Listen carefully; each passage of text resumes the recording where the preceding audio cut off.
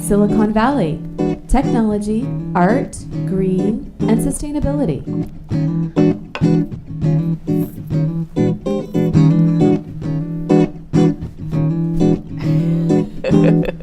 You look great.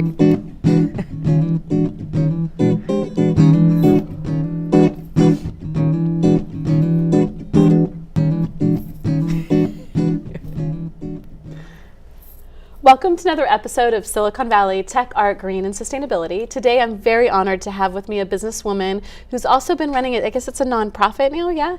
Women in CleanTech and Sustainability, Lisa Ann Pinkerton. Thank you for joining me. Yeah, thanks for having me. Did I pronounce your last name right? Oh yeah. Okay. Yeah, okay. You're good. Okay, yeah. And just home from a vacation, you're looking glowing. Oh, so thank you. You look great. Yeah.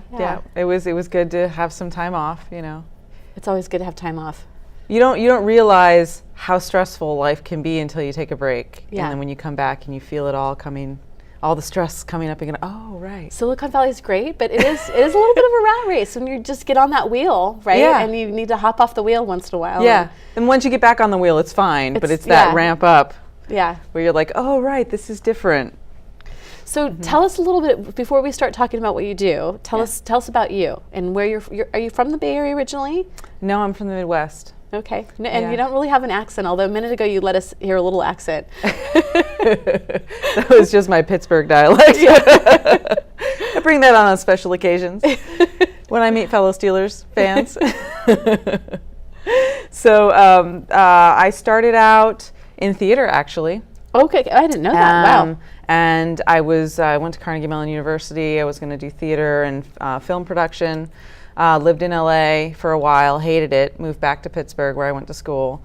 And so that's when I got into news. And I worked for NPR and PBS and NBC and really loved doing the news and telling stories and communicating to audiences and teaching. And then at some point I realized I was more in love with these clean technology companies that I was covering than doing the news. So that's when I went into public relations, started Technica Communications in 2009. And oh wow, it was 2009. Yeah, I moved out here first, and then I started Technica. And then in 2011, I was just sick of being one of 5 women in a room at a CleanTech conference, because we all ended up gravitating towards each other. And I was also kind of tired of when I would meet men, they would assume that I was either a student or somebody's assistant, but not that I was a business owner. And when I told them I was a business owner, they'd be like, really? Wow. That's fascinating. I'm like, what's so fascinating? I'm a woman and I own a business. That's mind-blowing to you? So that's when I realized that something needs to be done to sort of support women in that arena. So I started Women in CleanTech and Sustainability to create a networking and career environment and community for women. And we started out very small on Meetup, leveraging their platform and the community that they'd already created. And then... And was that about 2010, 2011? That was 2011. 2011, okay. Yeah. And I'm going to pull up a slide of one of your meetings. Let's pull up the first slide. So this is one of your meetings. This is not you up there, as you just said. Who is this up there? Tell us about this. So this is actually our flagship event called WCS Talks. So we started Women in CleanTech and Sustainability Talks. Okay. Yeah, and so we started out doing panel discussions and happy hours. And over the course of the years, we realized that when women were asked to speak on a panel, most of them had never been asked to be on any panel before. Usually, it's the sales guys and the business development guys and the CEOs that get to be on panels, right? It's not usually the support staff. But we were focused on bringing women to these panels. So what we started recognizing was women would get really excited after being on a panel, just the idea of being able to share your expertise and the reception that they would get from the audience and the confidence that they would discover being up there in front of an audience. So we're like, how can we do more of that? So that's when we decided to create WCS Talks, which is a TED-style event. It's 20 speakers. And when did you start that? We started that in 2014. Okay, so just a few years ago. 3 years after founding the organization. And it's the annual in the fall? It is. It's in the fall. It's the first Saturday of November every year. Okay.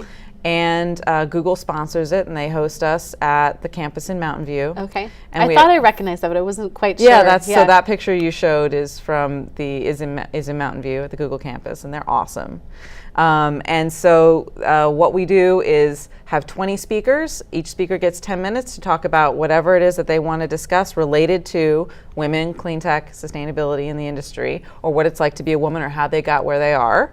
And we have one male for every 20 speakers. That's awesome. So our one token male every year. So I don't usually, I'm going to have them pull up the next slide, but I don't usually put slides of a self photo of folks when they come on the show, because you're already here, but I love this photo. Oh, right. And the future is female. I love that. That's awesome. I mean, that kind of says it all of what you're doing, and we'll pull that back down. Thank you. Where was this photo taken? So that was last year at the WCS Talks, Okay. and all the credit goes to Jay Kiram from the Environmental Defense Fund. Okay. And so that was his slide. So that was the end of his presentation, and so that was just me introducing the next. That's the great. next speaker. That was a great photo. Yeah. That's an awesome photo. So tell us the mission statement then, again, on women in clean tech and sustainability. So our mission is to support women and men in their careers related to the clean tech and sustainability space. So sometimes that means just connecting people together at networking events. Maybe that means educating people on the industry. Or it could mean mentorship. So we have a mentorship program that we started last year, and it's been very well received. Google has also been helping support us with that, with location and food, that kind of thing. And the board really set up the whole mentor program, matching mentors and mentees together, and setting up a manual and schedules for meetings and what the mentor and mentee were to accomplish. And we'll come back to that in a minute, 'cause time. we're going to have a photo with some of the folks that are doing the mentoring. Right, yeah. I'm going to bring up another slide now, and let's look at this. So this is one of the Google people. This is Kate Brandt. Yeah. And so this is one of the speakers that you had. Is she a speaker that comes back normally?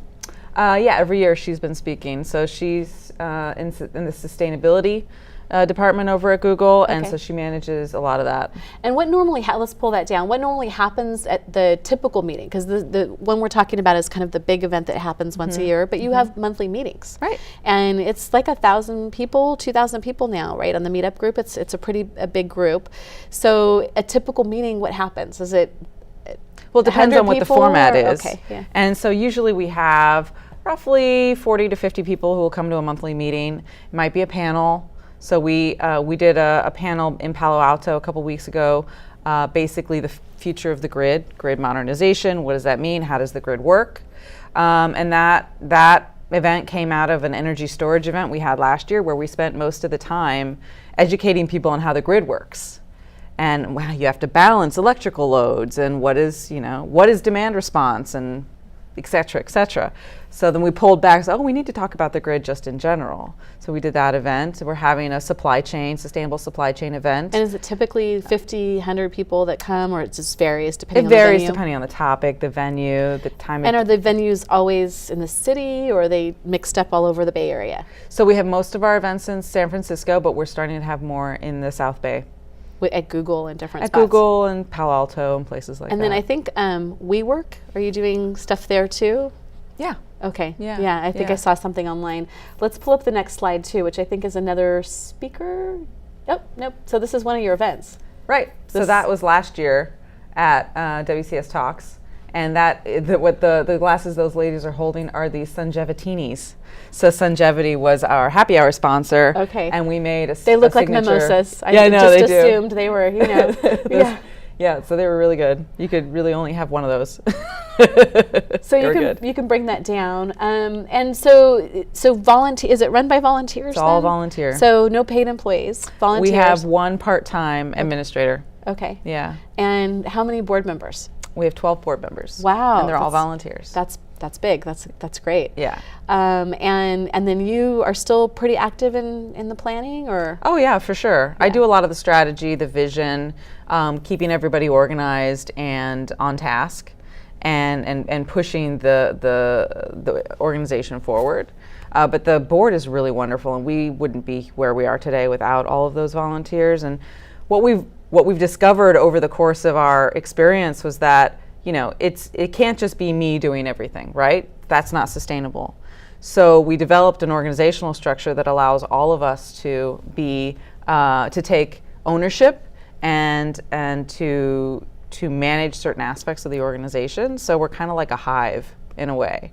So it's really actually a lot of fun to watch, like from my position, to step back and just watch all of these groups doing their own thing, but also working in concert. It's almost like your kids. Yeah. Are now hatching It's the a very plan. circular management style. Like we started out with a hierarchical management style, which is typically more of a masculine approach to business, where one person's on top and the people report to that person and the people below.